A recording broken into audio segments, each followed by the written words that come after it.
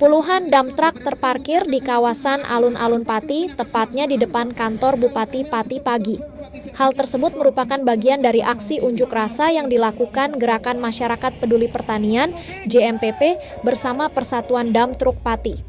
Dalam surat pemberitahuan aksi damai, mereka menuntut pemerintah dan DPRD Kabupaten Pati mengeluarkan regulasi terkait penataan lahan pertanian.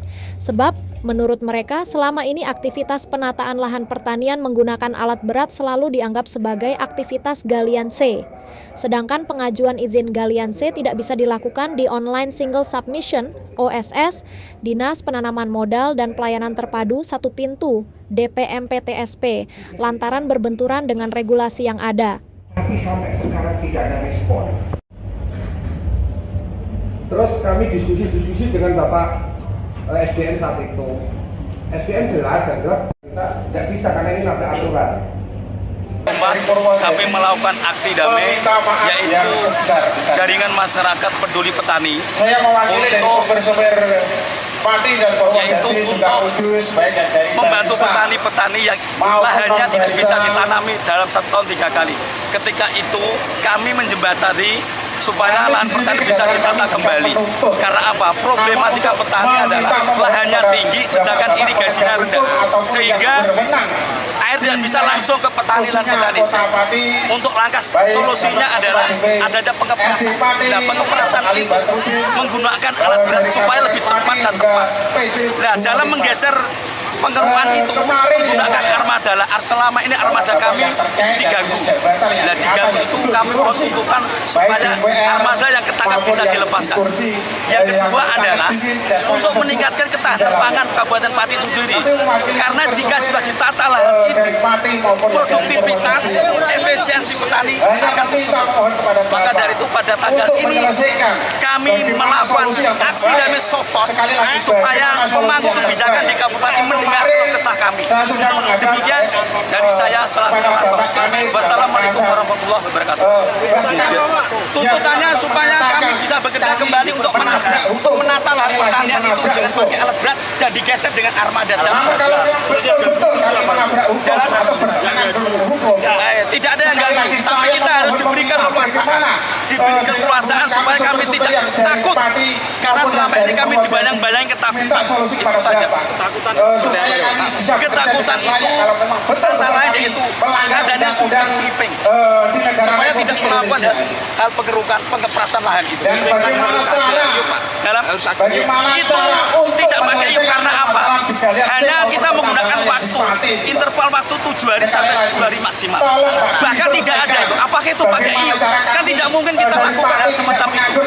Maka itu kita butuh kearifan lokal kepada pemangku kebijakan supaya diberi keleluasaan, diberi toleransi, diberi kemanusiaan supaya lahan kami bisa diakui kembali. Ya banyak. Kami tidak bisa menemukan. Bapak-bapak ini pasti tahu sendiri. Ini dari informasi teman-teman barisan sopir tangguh atau Basarnas itu ada 4 armada yang ditahan. Nah, kami pada hari ini untuk menuntut kedua yaitu pembebasan yang mana terkait dengan penataan lahan. Harapan petani ini kan tanah yang tidak begitu produktif, yang agak tinggi, akan ditata, ya kan? Ditata disamakan dengan tanah yang ada sebelahnya supaya airnya tidak cepat habis kan gitu. Kemudian supaya hasil panennya sama seperti teman-temannya yang lain atau tetangganya yang lain, bisa panen 2 kali atau 3 kali. Akan tetapi ketika dilakukan satu pengerukan ini kan terkendala oleh regulasi yang mana menurut undang-undang minerba kan tidak diperbolehkan, ya memang benar, tapi tadi dijelaskan oleh dari SDM ya, itu kalau hanya untuk penataan diperbolehkan tapi tidak keluar kemana-mana. Akan tetapi tadi sudah kami jelaskan, kalau kelebihannya tanah itu misal saja banyak kemudian hanya digeser dijadikan satu tanggul, itu justru malah akan menjadi beban di lokasi tersebut. Mau tidak mau kan harus dikeluarkan, bisa dikeluarkan di dalam satu desa itu tapi kalau yang di luar desa itu tidak diperbolehkan.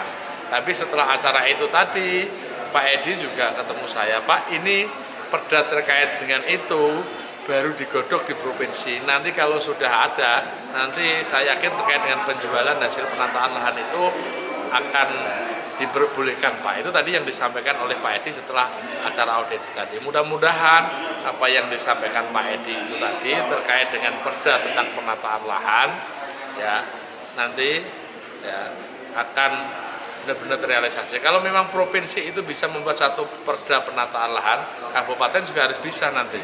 Kita harus meniru, pasti kan ada satu regulasi yang memayungi di atasnya sehingga muncul satu perda tersebut.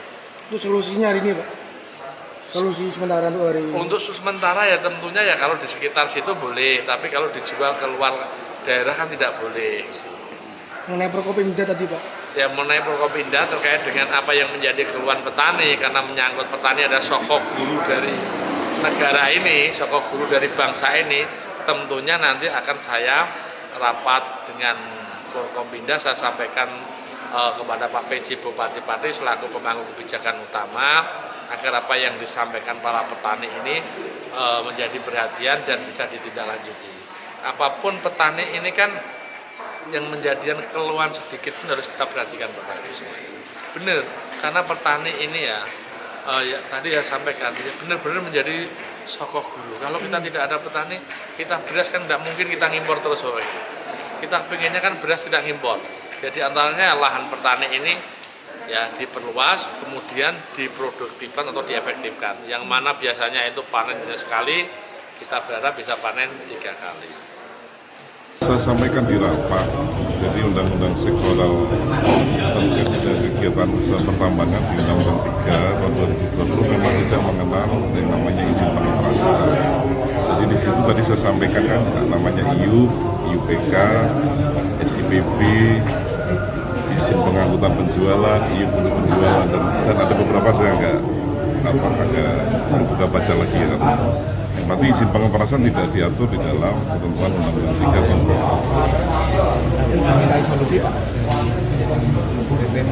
2020. Jadi terkait dengan solusi, jadi tentunya memang segala kegiatan yang terkait dengan aktivitas harus berizin, prinsipnya itulah.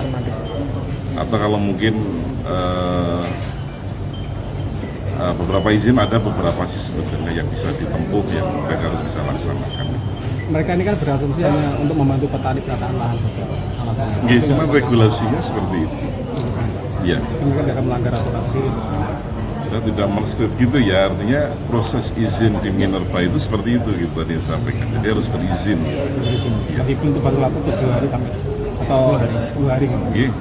Karena izin atau di dalam undang-undang ketentuan itu kan buat untuk semuanya, bukan memberikan batasan-batasan. Untuk keluar itu Pak, artinya tidak boleh lebih lahan atau bisa? Jadi gini, dalam ketentuan peraturan itu kegiatan usaha tambang itu kan dimulai dari eksplorasi, hasil produksi, kemudian penambangan sendiri ya, penggalian, kemudian pengangkutan, penjualan, dan pemurnian. Nah itu sebagai didefinisikan sebagai suatu kegiatan penambangan itu bisa dilakukan ke semua ataupun sebagian dari kegiatan itu. Jangan lupa follow, like, dan subscribe sosial media Tribun Jateng. Download Tribun X sekarang, menghadirkan lokal menjadi Indonesia.